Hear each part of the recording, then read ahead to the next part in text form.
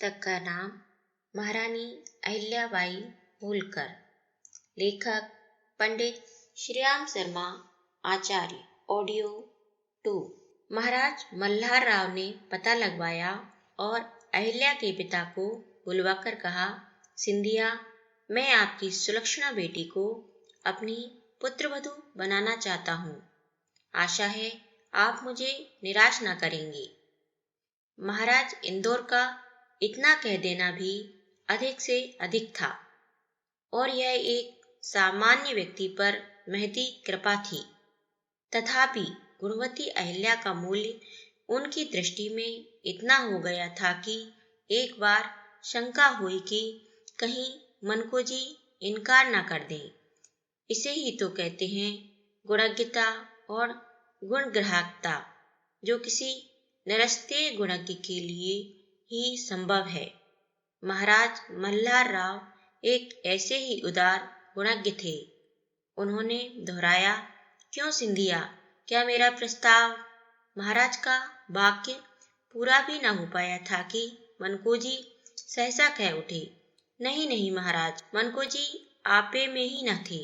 महाराज की बात सुनकर उन्हें तारे दिखने लगे थे। सहसा कानों पर विश्वास ही न हुआ था कि उनकी छोटी सी जीवन अवधि में इतना बड़ा आलोकपुंज अप्रत्याशित रूप से चमक उठा था।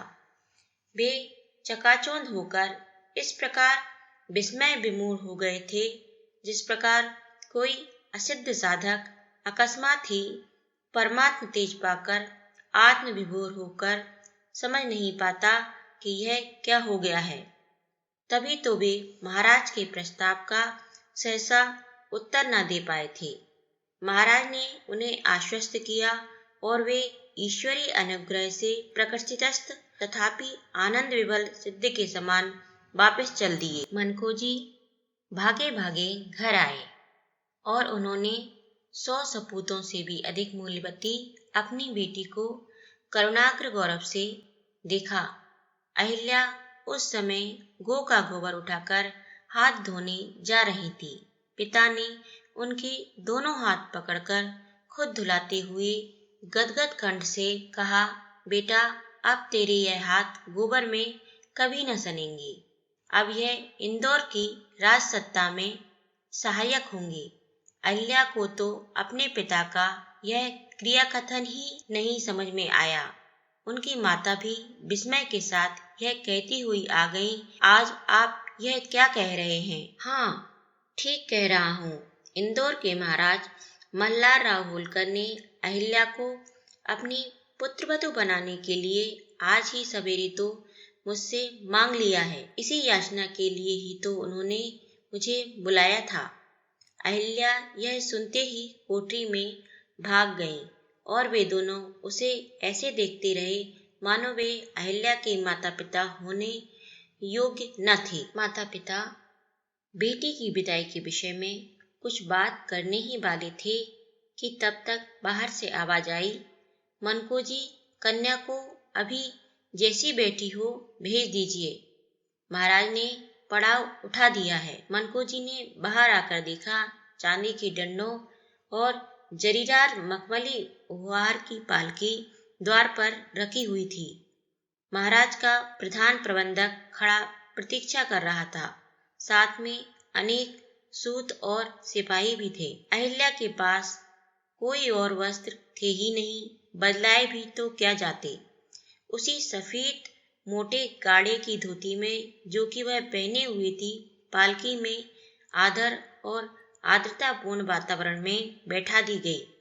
सशक्ति हुई अहिल्या को लेकर पालकी ऐसे चल दी जैसे अनासक्त कर्मयोगी की साधना उसके उत्सर्ग पुण्यों के पावन दिशा में ले जाती है।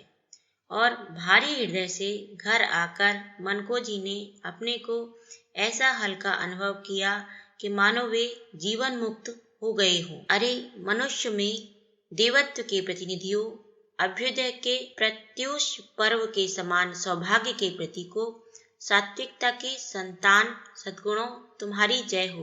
तुम्हें अपनाकर जमीन का एक जर्रा भी आकाश का चांद बन जाता है। तब अहिल्या तो एक कन्या थी, पवित्र मानवी थी। महाराज होलकर इंदौर लौट चली। अहिल्या के आगे आगे अपनी सवारी में भी इतने प्रसन्न, पुलकित और उत्साहपूर्वक जा रहे थे मानो दिग्विजय करके लौटे हों। राजधानी पहुंचकर मल्हार राव ने अहिल्या का विवाह अपने पुत्र खांडेराव के साथ कर दिया। अब अहिल्या इंदौर की युवरानी बन गई थी।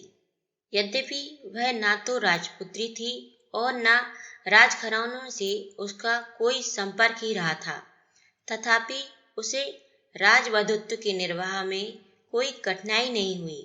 उसके पास शील, शालीनता, अनुशासन, विनम्रता, गंभीरता, धीरता और आकल्पता के ऐसे मूल गुण थे जिनके आधार पर किसी भी समाज और किसी भी स्थिति में सफलतापूर्वक व्यवहार किया जा सकता है। एक छोटी स्थिति से इतनी बड़ी पदवी पर आ जाने पर भी अहिल्या के हृदय में किसी प्रकार के अभिमान का अनुभव नहीं हुआ। उसने अभिमान के स्थान पर उत्तरदायित्व का ही अधिक अनुभव किया।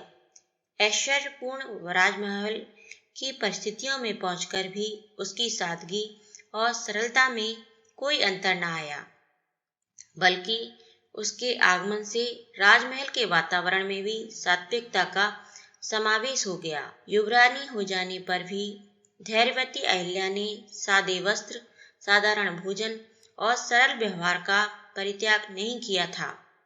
मनुष्य को अपनी उन्नति के आधारों का पता रहता है। जिनको पता नहीं रहता उनकी उन्नति एक योजनाबद्ध कार्यक्रम के अनुगत नहीं होती।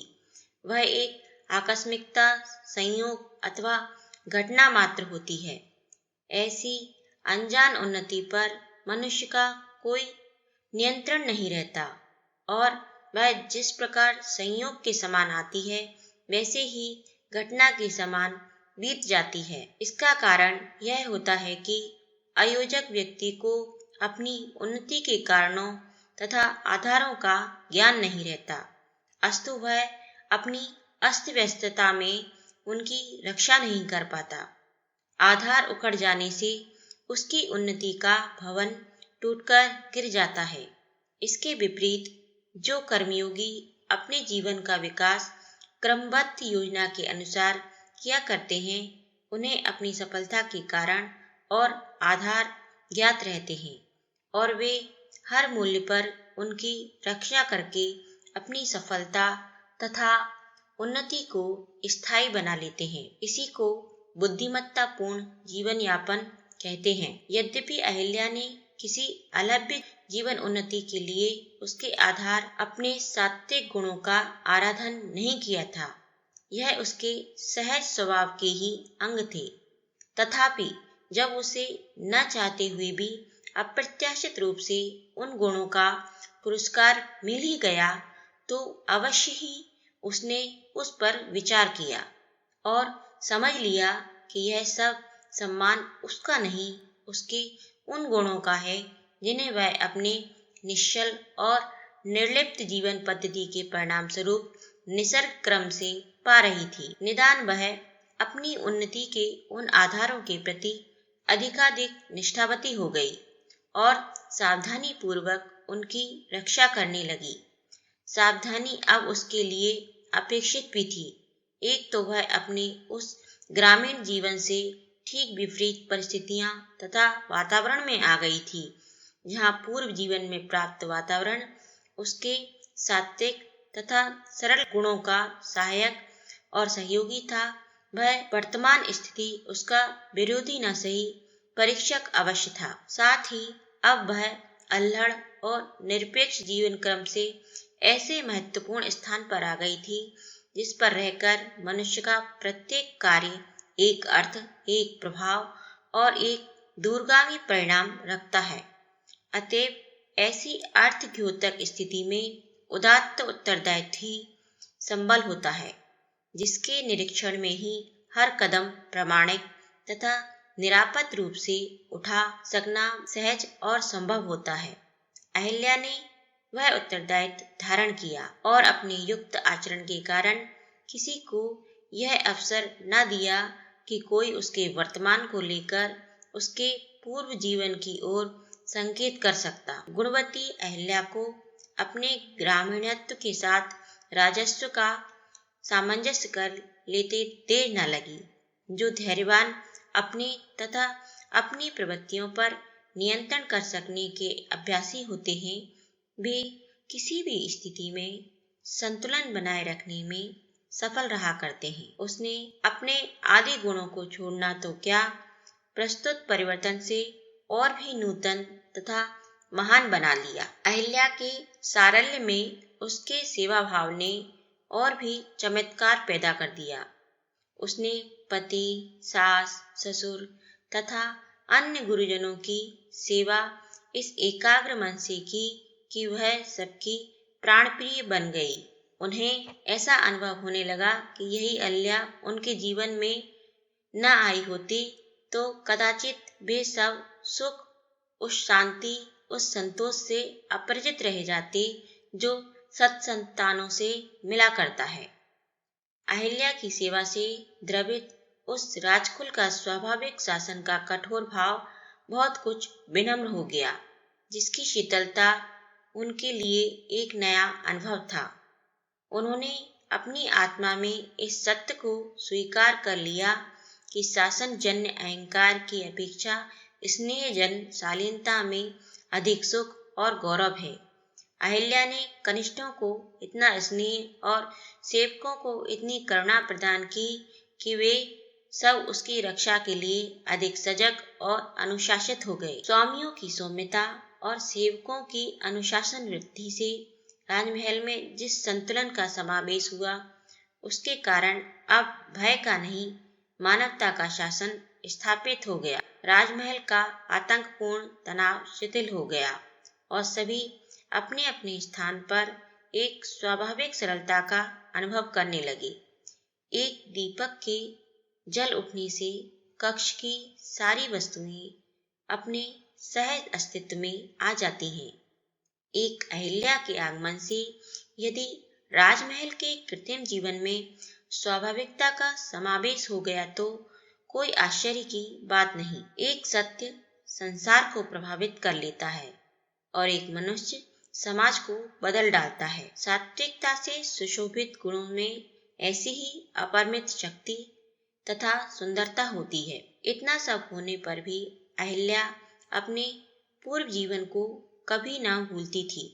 उसे अपनी उस गरीबी के प्रति बड़ी करुण एवं ममता थी। उसकी इस विगत स्मृति ने उसे गरीबों और अभावग्रस्त लोगों के प्रति न केवल दया ही बल्कि आदर भावना भी विकसित हो गई थी।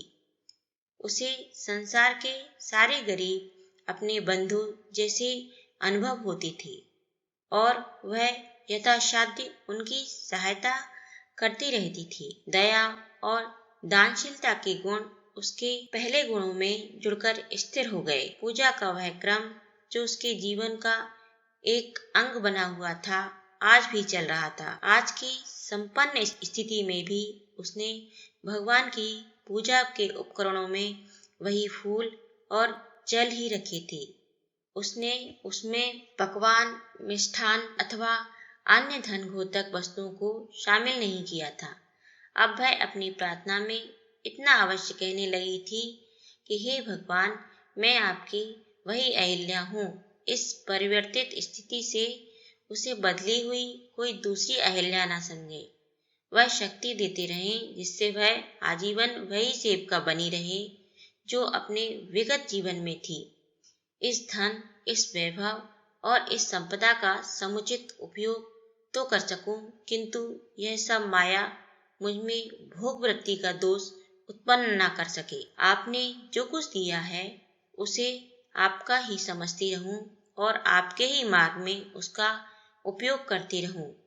अहंकार, दंभ और वासना से बचाए रखें। मुझको ऐसी बुद्धि, ऐसा विवेक दे कि मैं मानवता के सुंदर गुणों से विरत ना हो सकूं।